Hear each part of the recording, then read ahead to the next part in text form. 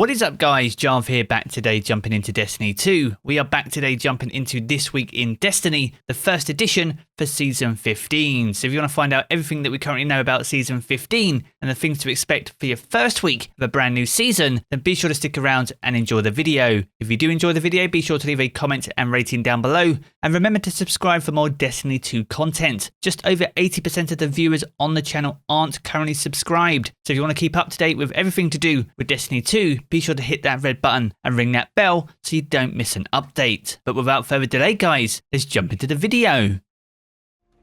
Now before we jump into the meat of today's video, I want to first invite you all to the Jarv Community Hub. This is our fast growing community Discord with over 6,500 incredible guardians. So if you'd like to talk about Destiny, share your brand new god roles, or just get people together to get things done, then be sure to jump in. It's available to absolutely everyone, and the link to the Discord can be found down in the video description below. Now jumping back into today's video, as a result of the conclusion of Season for the Splicer, we are now entering the finale season for Year 4 of Destiny 2. Now during Season 12 we saw the return of Uldren Sov as the Crow, and in Season 13 formed a controversial truce with a large legion of Cabal who were led by Keitel, the daughter of Callus. Now in Season 14 we have formed an alliance and formed a new house with Mithrax and the House of Light, and we even have Fallen roaming around the tower and in the last safe city itself. Now Osiris is looking super sus as Savathun takes a stronger grip on the Destiny universe, and we see the return of Mara Sov in Season 15 with the potential conclusion of the Dreaming City. Now up until this point, Bungie have released very little information on Season 15 itself. However, there is a Destiny 2 showcase taking place on the 24th of August. Now as part of this showcase, we're likely to hear more about not just Season 15, but also the Witch Queen and the future of Destiny 2 itself. It's lining up to be one of the biggest streams Bungie have done since the launch of Beyond Light, and we'll be streaming it right here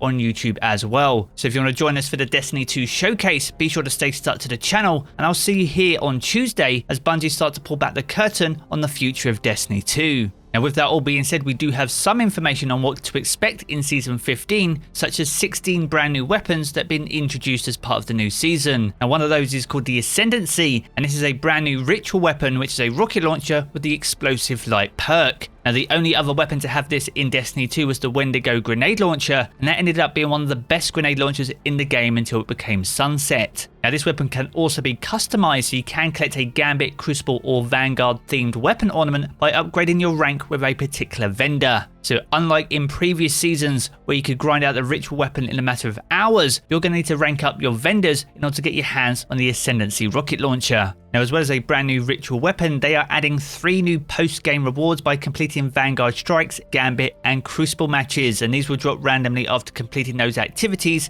and with random rolls. So if you're seeking out a brand new scout rifle, sidearm or auto rifle, be sure to jump into those activities to get your chance to get your hands on these brand new weapons. Now as well as those 3 weapons, they're also freshening up the loot pool in the Prophecy Dungeon, and there's been a lot of community feedback about adding the Trials of the 9 weapons to it, and Bungie are doing just that in Season 15. Now these weapons have been upgraded with random rolls, and certain ones will drop from specific encounters too. So if you missed out on these back in Trials of the 9, be sure to jump into the Prophecy Dungeon, which you can grind out to get your hands on these incredible looking weapons. Now as well as these, they're also updating the world loot pool with some brand new fresh drops. So Bungie are adding 6 new weapons to the loot pool that we can find out in the wild. Now a lot of these weapons are from Year 1 of Destiny 2, but with random rolls, so fully expect to see Scathelop tearing up inside the Crucible upon the launch of Season 15. So that's a quick look at some of the loot that's on offer in Season 15. Now alongside this, we also have a new raid challenge for the week. This is the Conflux Raid Challenge, which will also grant you an additional Time Lost weapon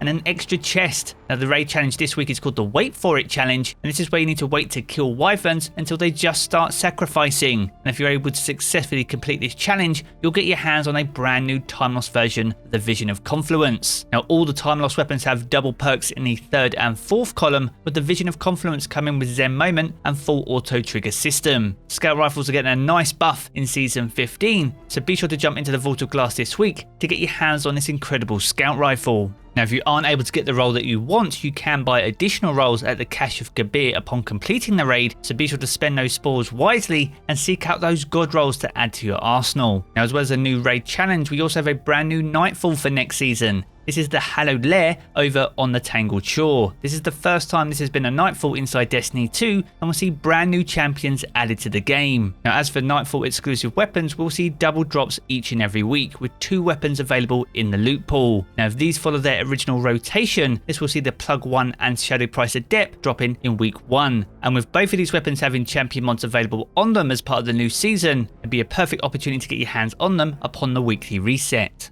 Now, alongside this, if you were able to earn a Conqueror Seal as part of Season 14, you'll have the Grandmaster node available to you at the beginning of Season 15. This will mean you can manually select each and every Grandmaster Nightfall for the current season and complete it straight away, so you can instantly guild your brand new Conqueror title. It's important to remember that once you've completed all the Nightfalls, the Grandmaster node will no longer be available. So if you want to help your friends also guild their Conqueror title, they'll need to be the fireteam leader and select the Nightfall from their own Grandmaster node. However, if you didn't earn the Conqueror title in Season 14 and aren't able to earn it during Season 15, the Grandmaster node will be available once again in the final 3 weeks of Season 15. Now, until the game updates on the 24th of August, we aren't able to confirm which lost sectors will be available upon the weekly reset, and we'll look to add these back into This Week in Destiny as soon as possible. With that being said, if we move over to Europa, we can say for certain that the Eclipse Zone will be the Asterian Abyss. So if you are still working on those augments back from Beyond Light, then be sure to head over there to find your target. Now, as for the Empire hunts, remember guys, these are a great source of pinnacle loot, and it will be the warrior this week that will be in rotation. So if you're looking for a quick way to jump up a few power levels, be sure to head over there to get that done. Now, as for the Exo Challenge, this is also a fantastic source for pinnacle rewards. This week will be the Simulation Agility, one of the easiest in the entire rotation. So much like the Empire Hunt, if you're looking for those easy power levels to get you started for the new season, be sure to head over to Europa to get those done. Now, if we jump over to the Dreaming City, the Ascendant Challenge for this week is the Sumerian Garrison. You can find this inside the Chamber of Starlight Lost Sector in the middle of the map. And upon completing that, you get your hands on some sweet Dreaming City loot. Now, alongside the Ascendant Challenge, the mission for this week is the Oracle Engine, and you can pick this up for Petrovenge over on the Dreaming City. Now, with the launch of Season 15, this will see one of the original perks added back to these weapons, either in the first or both columns, and this includes the Tiger Spite, Twilight Oath, and the Abide Return. So if you were disappointed with the reissued perks on these weapons, be sure to chase them down upon this week's weekly reset. Now, each and every season, we get some brand new seasonal challenges. In Season of the Splicer, we had 11 weeks worth of seasonal challenges, as well as brand new triumphs for the Solstice of Hero event. As things currently stand, we aren't too sure exactly how many weeks Season of the Lost will contain, as this season has the potential to last up to 6 months in total. But with that being said, we'll look to add seasonal challenges as well as the entire Eververse inventory back to This Week in Destiny as soon as the game updates. And we'll be sure to cover both of those live on stream upon this week's weekly reset.